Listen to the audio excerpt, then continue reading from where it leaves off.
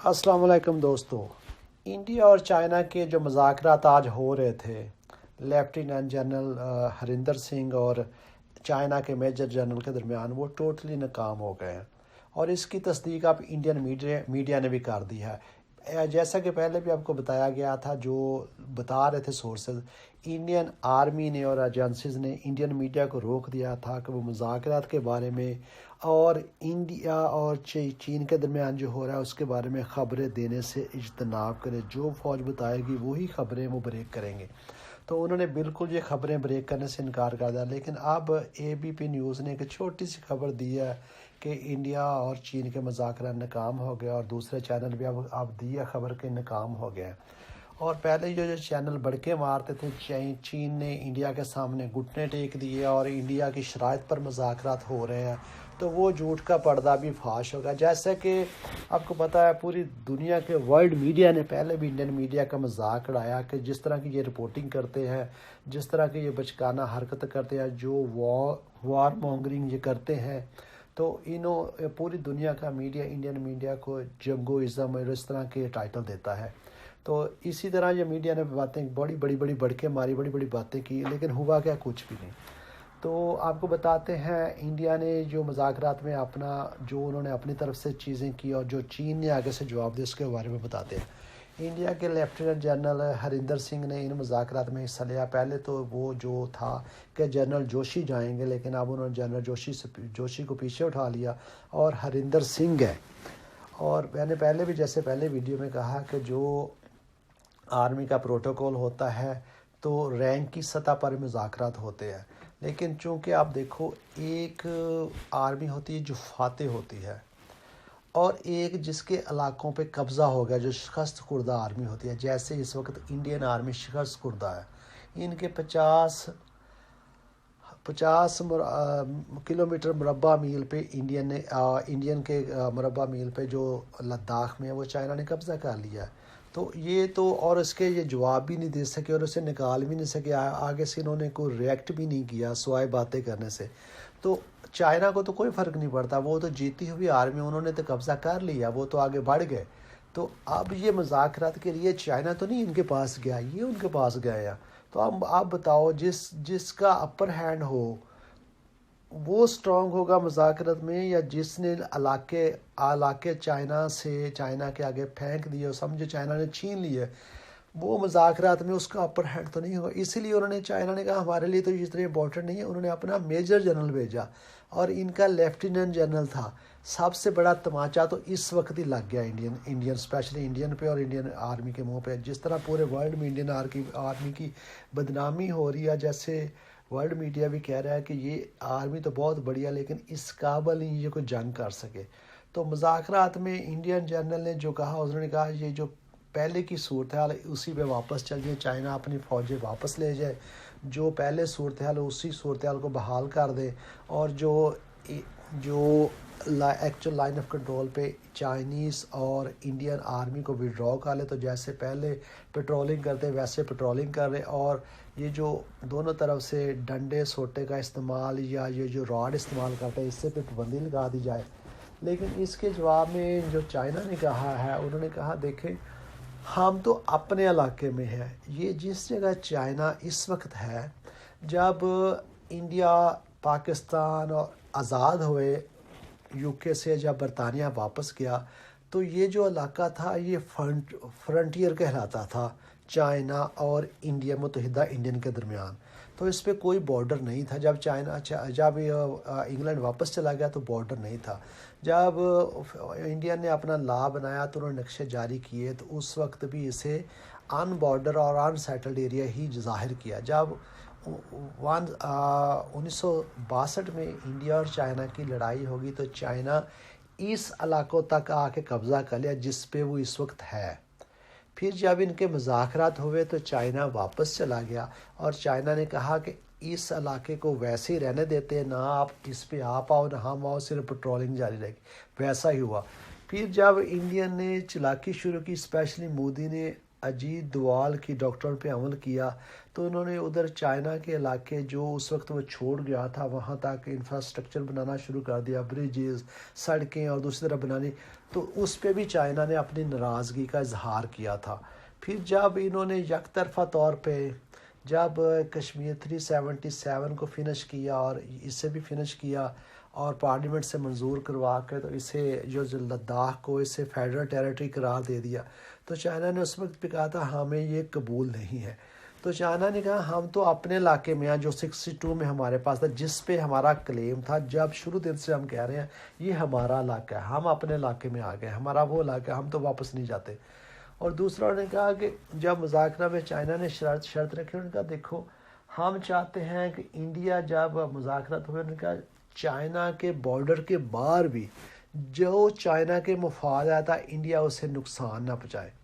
یہ بڑی انٹیلیجنٹلی اور بڑی وائزلی چائنا نے پلے کیا۔ چائنا کے جو سرحد کے باہر علاقے ہیں انڈیا میں اتنی تو نہیں ہے کوئی چائنا پہ اٹیک کرے تو اس کے اندر کچھ نہیں کرے، تو اس کے آؤٹ آف سرحد کے باہر جو علاقے اس کے بارڈر کے باہر علاقے ہیں تو وہ کیا ہے، اس میں ہے یہ گلگت بلتستان ہے، اس کا جو بیلٹ اینڈ روڈ ہے، اور جو ساؤتھ چائنا سی میں ہے جو تائیوان کا اس کا ساتھ جھگڑا ہے، وہ چائنا کہتا ہے یہ تائیوان ہمارا پارٹ ہے، اور تائیوان آزاد ہونا چاہتا ہے اور اسے امریکہ بھی سپورٹ کرتا ہے اور دوسری کنٹریز بھی سپورٹ کرتی ہے، اور جو تبت کا معاملہ ہے وہ ساری صورتحال ہے۔ انہوں نے کہا آپ اس سے پیچھے ہٹو، آپ امریکہ اور ہمارا جھگڑا ہے آپ اس میں نہ پڑو، اگر پڑھو گے تو نقصان اٹھاؤ گے۔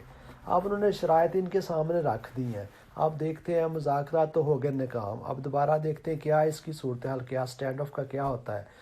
اس وقت تک پوری ورلڈ کمیونٹی میں کوئی بھی انڈیا کی سپورٹ میں نہیں آیا، چونکہ انڈیا نے تو خود یک طرفہ طور پہ میجرز لے کے لداخ کو اپنا علاقہ ڈکلیئر کر دیا، کشمیر کو اپنا علاقہ ڈکلیئر کر دیا۔ کشمیر کی اگر بات کریں تو وہ تو 47 سے جب آزاد ہوئے ہیں، اور اس کے بعد جب یہ لڑائی ہوئی تو UN میں پاکستان تو نہیں گیا، پہلے انڈین گورنمنٹ گئی ہے، نہرو گیا تھا، گاندھی گیا تھا، پھر انہوں نے جا کے ادھر وعدہ کیا کہ ہم پلیبسائٹ کریں گے اور کشمیریوں کو حق دیں گے کہ وہ ووٹ کے ذریعے جس طرف جانا چاہیں چلے جائیں۔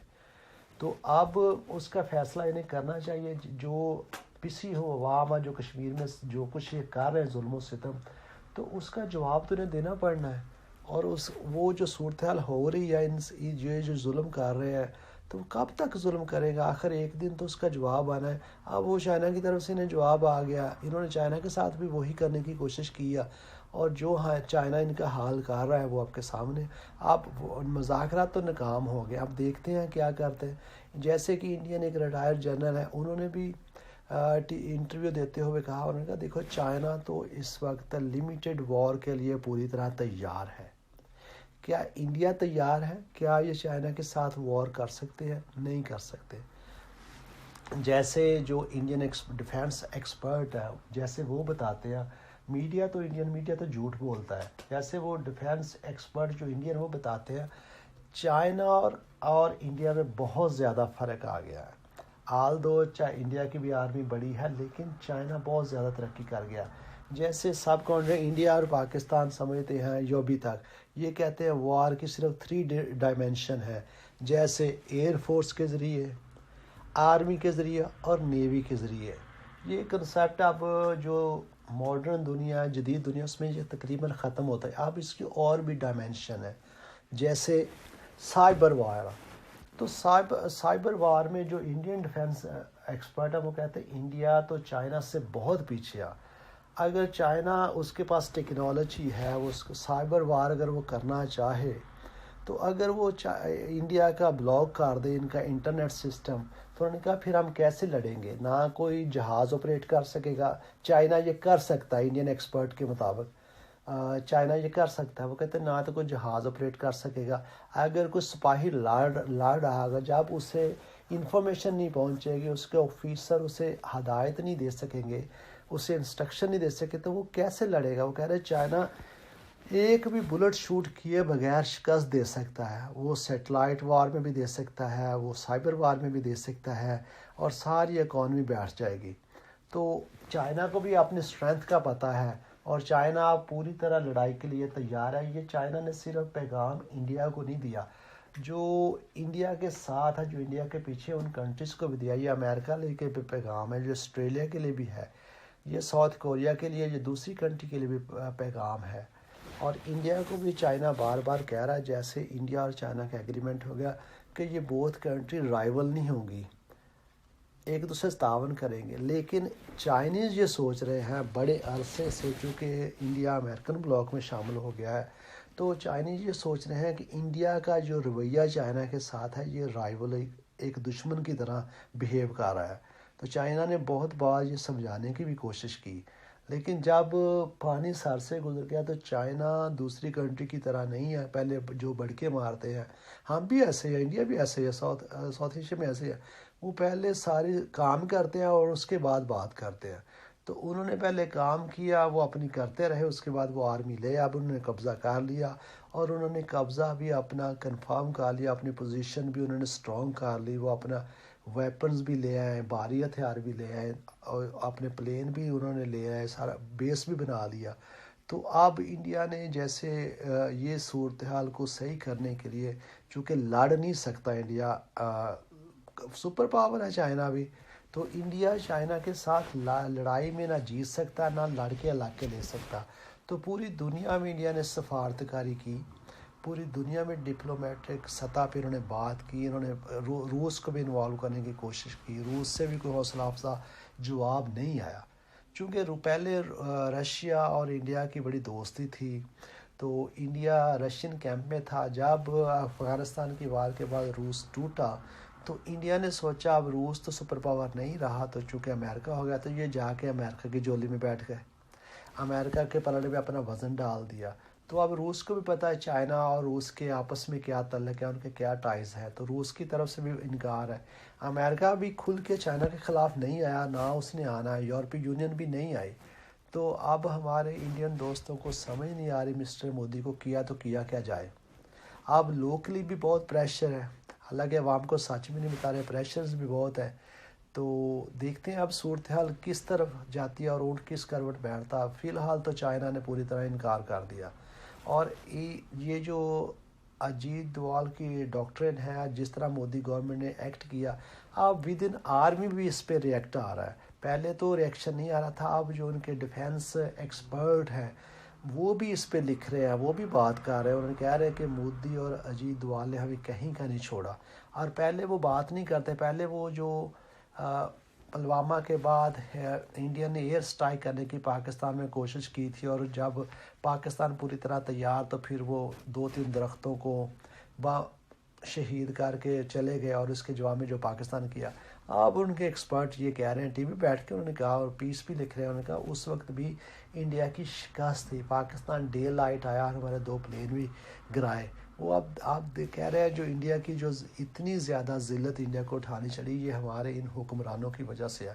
وہ اجیت دوال وہ راہ پہ ڈال رہا